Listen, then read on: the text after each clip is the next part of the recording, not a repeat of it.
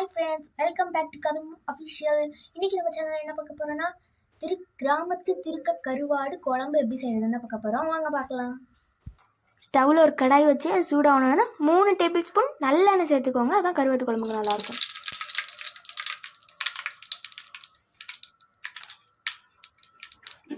நல்லெண்ணெய் சூடாயிடுச்சு. இப்போது 1 ஸ்பூன் வெந்தயம் போட்டுக்கலாம். பூண்டும் வெங்காயமும் ஆட் பண்ணிக்கலாம்.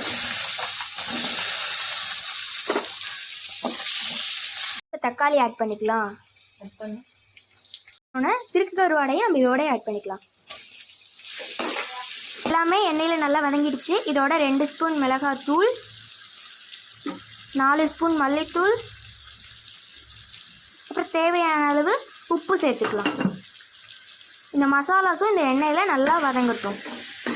நல்லா வதங்கிடுச்சு. இதோட நம்ம கரைச்சி வச்சுருக்க புளி தண்ணி ஆட் பண்ணிக்கலாம். இதோட உங்களுக்கு வேணுன்ற வெஜிடபிள்ஸ் போட்டுக்கோங்க. நாங்கள் கத்திரிக்காய், முருங்கைக்காய், உருளைக்கிழங்கு ஆட் பண்ணியிருக்கோம். மிளகு, பூண்டு, தேங்காய் இது 3ஐயும் ஆட் பண்ணோன்னா குழம்பு வாசமாகவும் இருக்கும், டேஸ்ட்டாகவும் இருக்கும். இப்போ நம்ம இதெல்லாம் அரைச்சிட்டு வந்துடலாம். இப்போ தேங்காவை ஆட் பண்ணிக்கலாம்.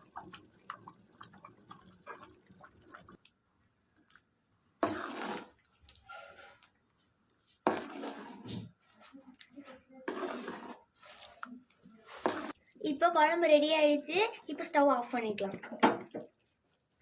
இப்போ குழம்பு ரெடி ஆகிடுச்சு ஃப்ரெண்ட்ஸ். இதோட அவிச்ச முட்டையை வச்சு சாப்பிட்டீங்கன்னா சூப்பராக இருக்கும். நீங்கள் ட்ரை பண்ணி பாருங்கள். வாசமாக 10 வீட்டுக்கு போகும். ட்ரை பண்ணி பார்த்துட்டு கமெண்ட்டில் சொல்லுங்கள். தேங்க்யூ.